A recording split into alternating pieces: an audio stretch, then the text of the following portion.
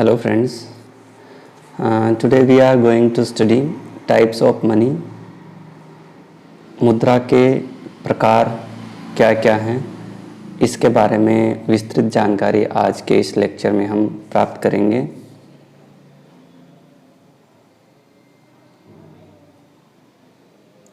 मुद्रा का वर्गीकरण या प्रकार, classification and types of money. मानव सभ्यता के विकास के साथ साथ समय और परिस्थितियों के अनुरूप मुद्रा के स्वरूप में भी परिवर्तन होते रहे हैं। अतः इन विभिन्न स्वरूपों के कारण ही अर्थशास्त्रियों ने मुद्रा का जो वर्गीकरण है भिन्न भिन्न दृष्टिकोणों के अनुसार किया है। उसमें तीन प्रमुख दृष्टिकोण हैं। पहला जो है वो है वास्तविक मुद्रा अथवा वास्तविक मुद्रा तथा हिसाबी मुद्रा। दूसरा जो वर्गीकरण है वो है विधिग्राह्य मुद्रा तथा ऐच्छिक मुद्रा। और तीसरा वर्गीकरण है धात्विक मुद्रा तथा कागजी मुद्रा।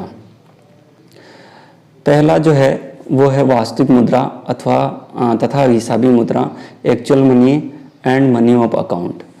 तो वास्तविक मुद्रा क्या होती हैं? प्रोफेसर किन्स ने मुद्रा का वर्गीकरण जो है वास्तविक मुद्रा तथा हिसाबी मुद्रा के रूप में किया है। किन्स के अनुसार वास्तविक मुद्रा वह मुद्रा हैं जो किसी देश में वास्तव में प्रचलन होती हैं तथा वह विनिमय के माध्यम, मूल्य के मापक तथा मूल्य संचयन का कार्य करती हैं।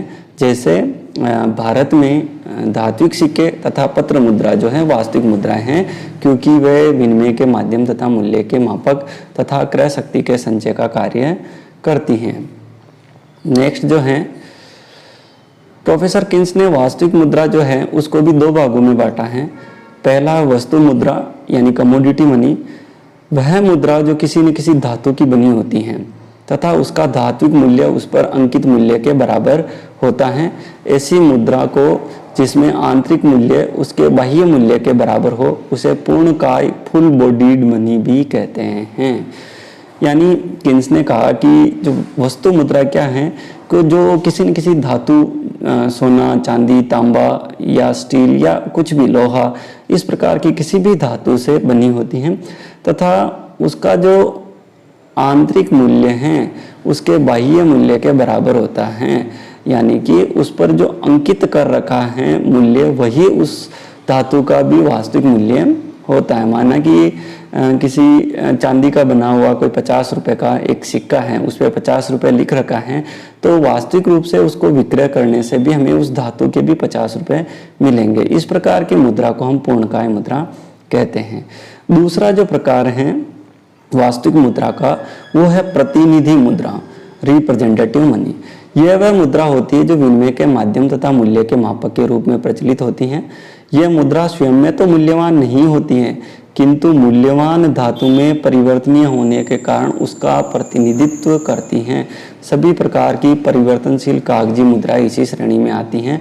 ऐसी मुद्रा संचयन के साधन के रूप में अनुपयुक्त मानी जाती है। क्या अभिप्राय है इसका कि ये जो प्रतिनिधि मुद्रा हैं ये वास्तव में तो मूल्यवान नहीं होती हैं। जैसे एक 100 रुपये का नोट है, तो उस 100 रुपये का नोट का वास्तविक रूप से कोई मूल्य नहीं है, परंतु उस 100 रुपये के नोट को हम परिवर्तित करवा सकते हैं किसी भी धातु में, मूल्यवान धातु में। यानी हम 100 रुपये से उसमें हम चांदी या सोने का जो है उसमें परिवर्तित कर सकते हैं। इसलिए वो सोने या चांदी या जो भी अन्य धातु हैं जिसे हम क्रय करना चाहते हैं उसका प्रतिनिधित्व करती हैं। और इस प्रकार की मुद्रा जो है संचयन के लिए अनुपयुक्त, हम उसको संचय करना चाहें तो वो संचय के लिए अनुपयुक्त हैं, क्योंकि अगर वो अप्रचलित हो जाती हैं तो उसका वास्तविक मूल्य कुछ भी नहीं होता है। जैसे कि मुद्रा को जो डिमोनेटाइजेशन किया गया था उसके बाद 500 और 1000 के जो पुराने नोट है उनका अब वास्तविक मूल्य कुछ भी नहीं है, लेकिन जब वो प्रचलित थे तब उनका वास्तविक मूल्य जो था किसी भी धातु मुद्रा में हम उसको परिवर्तित करवा सकते थे।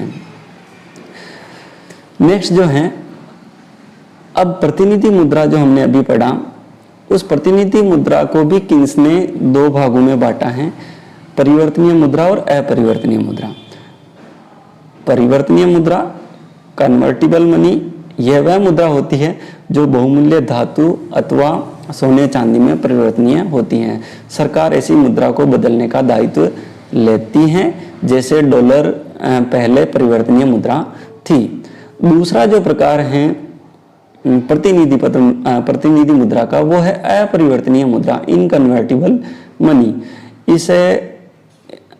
इससे अभिप्राय उस मुद्रा से हैं जिसको पदार्थ मुद्रा में परिवर्तन का दायित्व तो अपने ऊपर नहीं लेती है। जैसे भारत में पत्र मुद्रा जो हैं, जो कागज के नोट हैं भारत में, वो अपरिवर्तनशील मुद्रा हैं। सरकार इस बात की कतई गारंटी नहीं लेती है कि वो उसे धातु मुद्रा में या किसी अन्य धातु में परिवर्तित करके देगी। अब दूसरा जो प्रकार है मुद्रा का, वो है हिसाब किताब की मुद्रा, मनी ऑफ अकाउंट।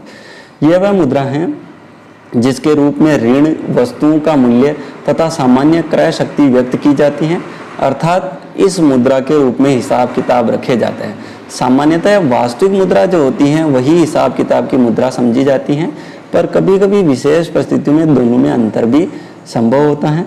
जैसे भारत में रुपया वास्तविक मुद्रा और हिसाबी मुद्रा दोनों ही हैं।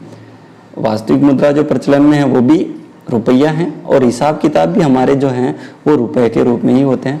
पर द्वितीय विश्व युद्ध के समय जर्मनी में भारी मुद्रा प्रसार होने के कारण वहाँ वास्तविक प्रचलन में मुद्रा मार्क थी, परंतु हिसाब किताब की जो मुद्रा थी वो फ्रैंक व डॉलर थी, क्योंकि मार्क के मूल्य में भारी उतार चढ़ाव था।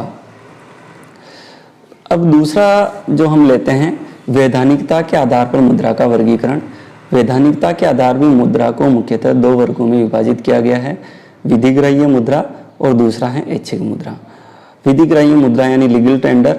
विधिग्राह्य मुद्रा का तात्पर्य उस मुद्रा से है जो सरकार द्वारा मुद्रा घोषित है तथा उसे विनिमय के माध्यम, मूल्य के मापक तथा भुगतान के साधन में स्वीकार करना अनिवार्य है। इसे मुद्रा के रूप में अस्वीकार करने पर दंड दिया जा सकता है। उदाहरण के तौर पर भारतीय कागजी मुद्रा तथा सिक्के विधिग्राह्य मुद्रा हैं, यानी भारत के जो नोट हैं उसे आप मुद्रा के रूप में स्वीकार करने से मना नहीं कर सकते हैं, उसे अस्वीकार करने पर आपको दंड दिया जा सकता है। वैधानिकता के आधार पर जो मुद्रा है उसे पुनः दो भागों में वर्गीकृत किया गया है। असीमित विधिग्राह्य मुद्रा, अनलिमिटेड लीगल टेंडर, यह वह मुद्रा है जिसे भुगतानों व अन्य लेन देनों में असीमित मात्रा में स्वीकार करने की वैधानिक बाध्यता है। कोई व्यक्ति उन्हें भुगतानों के निपटारे में स्वीकार करने से मना नहीं कर सकता है। भारत में सभी प्रकार के कागजी नोट, 1 रुपए के सिक्के तथा 50 पैसे का सिक्का जो है असीमित विधिग्राह्य मुद्रा है, यानी जितना भी पेमेंट आप देना चाहे इस नोट और सिक्के 1 रुपए और 50 पैसे के सिक्के के रूप में आप दे सकते हैं। दूसरा जो है विधिग्राह्य मुद्रा, वो है सीमित विधिग्राह्य मुद्रा, लिमिटेड लीगल टेंडर। इसका अभिप्राय उस मुद्रा से है जिसे सभी प्रकार के भुगतानों के लेन देनों के निपटारे में एक सीमा तक ही लेने को बाध्य किया जा सकता है। इस सीमा से परे वैधानिक बाध्यता नहीं होती है, वरन भुगतान प्राप्तकर्ता की इच्छा पर निर्भर करता है कि वो उसे उस सीमा के बाद में स्वीकार करे अथवा नहीं करे। जैसे भारत में 1 पैसे, 2 पैसे, 3 पैसे, 5 पैसे, 10 पैसे, 20 पैसे तथा 25 पैसे के सिक्के सीमित विधिग्राह्य हैं, क्योंकि इन सब में 25 रुपए से अधिक के भुगतान के लिए बाध्य नहीं किया जा सकता। ये जो सभी है 1, 2, 3, 5, 10, 20 और 25 पैसे के सिक्के, ये अधिकतम हम 25 रुपए के भुगतान कर सकते हैं। इसके बाद में वैधानिक दायित्व नहीं होता है, केवल भुगतान प्राप्तकर्ता 25 रुपए तक के लिए बाध्य हैं, उसके अधिक के लिए बाध्य नहीं है। दूसरा जो प्रकार है वो है ऐच्छिक मुद्रा, ऑप्शनल मनी। वह मुद्रा जिसके पीछे कोई वैधानिक शक्ति स्वीकार करने को बाध्य नहीं करती, वरन जनता के द्वारा सामान्यतः स्वीकार की जाती हो, उसे ऐच्छिक मुद्रा कहते हैं। यानी सरकार तो उसे लेने के लिए बाध्य नहीं करती है, लेकिन जनता अपने स्वविवेक से उसे स्वीकार करती है। इसके अंतर्गत वे सब साख मुद्राएं आती हैं जो चेक, हुंडी, प्रतिज्ञा पत्र, विनिमय विपत्र आदि के रूप में प्रचलित होती हैं। इस मुद्रा का चलन क्षेत्र सीमित तथा जारी करने वाले व्यक्ति की साख पर निर्भर करता है।